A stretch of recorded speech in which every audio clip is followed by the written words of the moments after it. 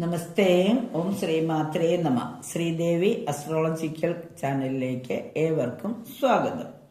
മകം നക്ഷത്രം മറ്റാർക്കും ഉണ്ടാകാത്ത വിധത്തിൽ സൗമ്യമായ പെരുമാറ്റവും സമാധാന ജീവിതവും കാംക്ഷിക്കുന്ന ഒരു നക്ഷത്രമാണ് മകം.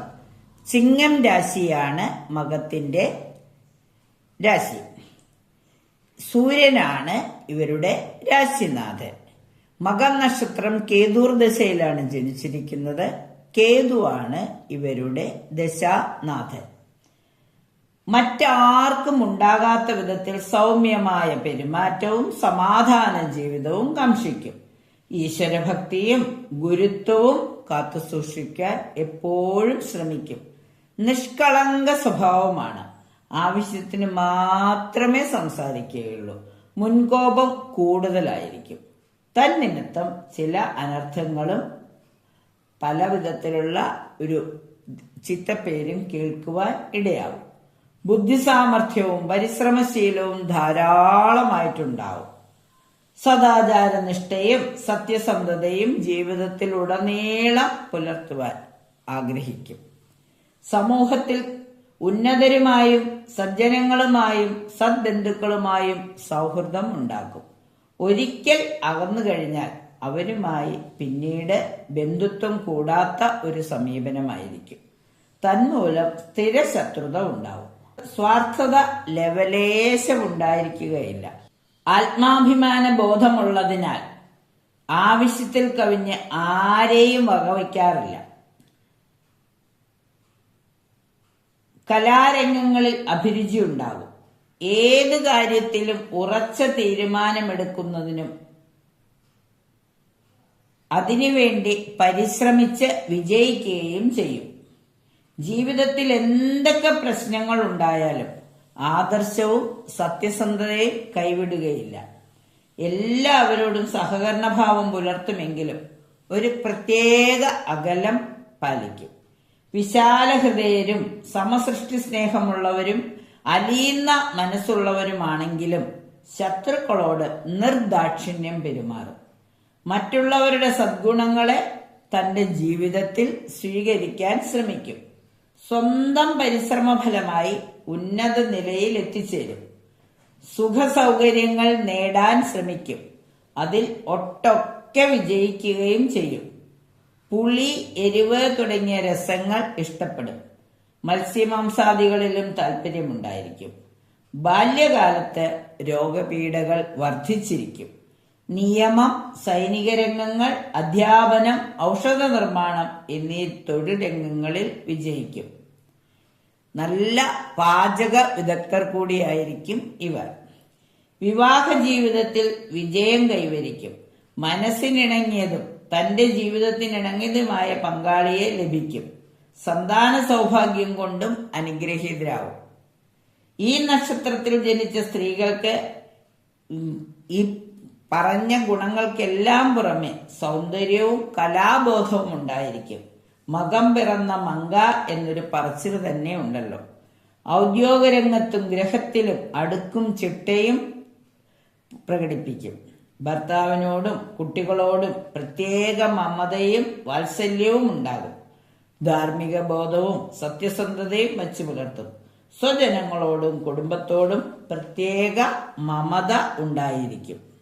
ഇവരെ സംബന്ധിച്ചിടത്തോളം കേതൂർ ദശയിൽ ജനിച്ചിരിക്കുന്നു. അപ്പോൾ ബാലാരിഷ്ടതകൾ ഉണ്ടാവും. കുടുംബത്തിൽ കുറച്ച് അരിഷ്ടതകളൊക്കെ വന്നു ചേരാം. എന്നിരുന്നാൽ പോലും ഗണപതി ഭഗവാനെയും അന്നപൂർണേശ്വരിയും പ്രാർത്ഥിക്കുന്നതോടുകൂടി ഗുണഫലങ്ങൾ വർദ്ധിക്കും. പിതൃക്കളാണ് ദേവത. അപ്പൊ പിതൃക്കളെ പ്രത്യേകം പ്രാർത്ഥിക്കുന്നത് നന്നായിരിക്കും. പിതൃക്കളുടെ അനുഗ്രഹവും ഗുരുക്കന്മാരുടെ അനുഗ്രഹവും ഒക്കെ ഇവർക്ക് എപ്പോഴും ഉണ്ടാവും. രേവതി നക്ഷത്രം ഇവർക്ക് വേദ നക്ഷത്രമാണ്. വ്യവഹാരങ്ങളിലൊക്കെ വിജയമുണ്ടാകും.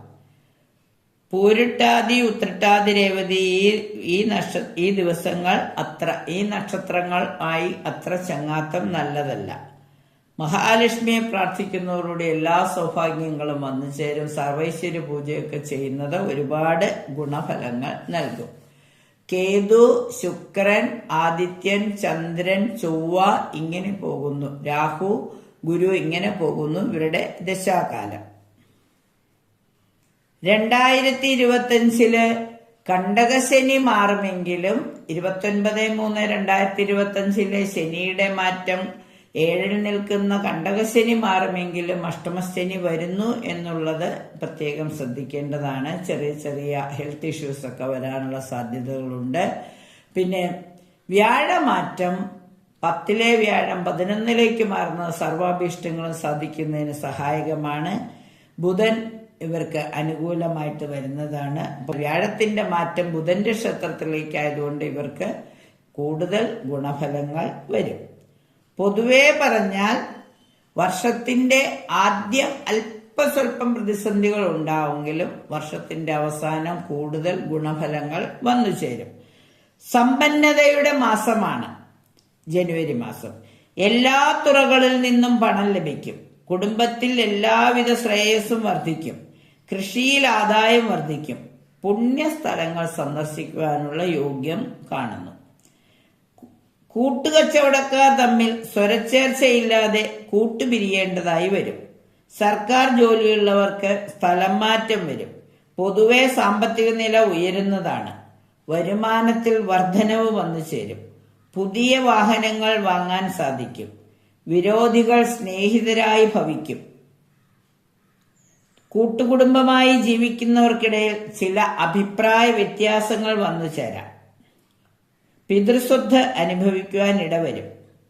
തറവാട് ഭാഗിക്കുന്നതിൽ അഭിപ്രായ സമന്വയമുണ്ടാകുന്ന സമയമാണിത്. വാടക വീട്ടിൽ നിന്ന് സ്വന്തം വീട്ടിലേക്ക് താമസം മാറുവാനുള്ള യോഗം കാണുന്നു. ശ്രമിച്ചു വരുന്ന വിവാഹത്തിന് ഒരു തീരുമാനമാകും. അപ്രതീക്ഷിതമായി തൊഴിൽ നഷ്ടപ്പെടുമെങ്കിലും ബന്ധുജന സഹായത്താൽ ജോലി ലഭിക്കുന്നതാണ്. ഉദ്ദിഷ്ട കാര്യങ്ങളിൽ നിഷ്പ്രയാസം തീരുമാനമുണ്ടാകുന്നതാണ്. പരീക്ഷയ്ക്ക് പ്രതീക്ഷിച്ചതിൽ കൂടുതൽ മാർക്ക് ലഭിക്കും. ഗൃഹനിർമ്മാണം പൂർത്തീകരിച്ച് ഗൃഹപ്രവേശം നിർവഹിക്കുവാൻ ഇടവരും. ഉപരിപഠനത്തിന് ഉദ്ദേശിച്ച വിഷയത്തിൽ പ്രവേശനം ലഭിക്കും. പുതിയ പ്രവർത്തന മേഖലകൾക്ക് രൂപകൽപ്പന തയ്യാറാക്കാവുന്നതാണ്. വിശിഷ്ട സേവനത്തിന് അംഗീകാരവും പ്രശസ്തിയും ലഭിക്കും.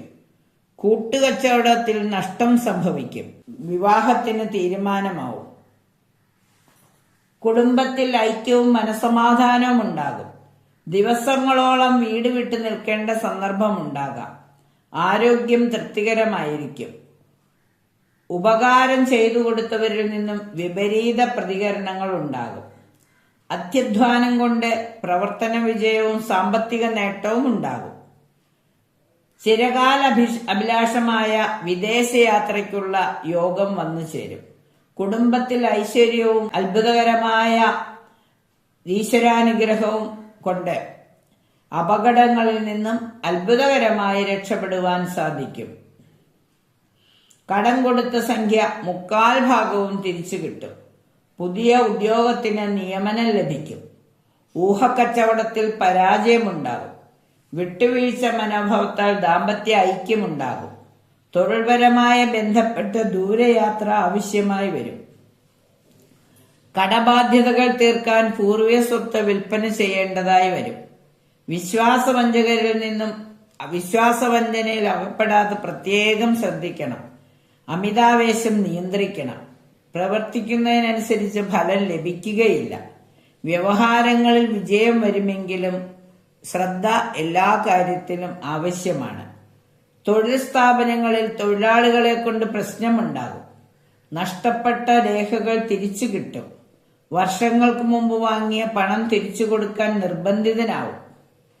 സൗഹൃദ സംഭാഷണങ്ങൾ കൊണ്ട് പുതിയ വ്യാപാര വ്യവസായങ്ങൾ തുടങ്ങാനുള്ള ആശയം ഉദിക്കും. അധ്വാനഭാരവും ചുമതലയും വർദ്ധിക്കും. വാഹനാപകടത്തിൽ നിന്നും അത്ഭുതകരമായ വണ്ണം ഒരിക്കൽ കൂടി രക്ഷ നേടും. 2 പ്രാവശ്യം 2025 2 സന്ദർഭങ്ങളിൽ വാഹനാപകടത്തെയോ അഗ്നിബാധയെയോ നേരിടേണ്ടതായി വരാം. ഇണയുടെ സ്വത്ത് വീതം വയ്ക്കുന്നതിൽ ലാഭമുണ്ടാകാം. വിദ്യാഭ്യാസ കാര്യങ്ങളിൽ ശ്രദ്ധയുണ്ടാകും. സ്ത്രീജനങ്ങൾക്ക് ആഭരണങ്ങളും വസ്ത്രങ്ങളും ലഭിക്കും. പൊതുവെ അനുകൂലമായ ഒരു കാലമാണ് ഇവരെ സംബന്ധിച്ചിടത്തോളം.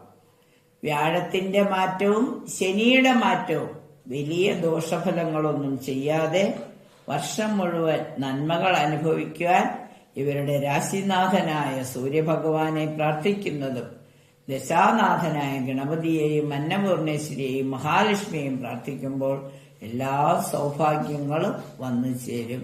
2025 ഒരു നല്ല വർഷമായി തീരാൻ എല്ലാവിധ അനുഗ്രഹങ്ങളും ഉണ്ടാകട്ടെ എന്ന് ആശംസിച്ചുകൊണ്ട് നിർത്തുന്നു. നന്ദി, നമസ്കാരം.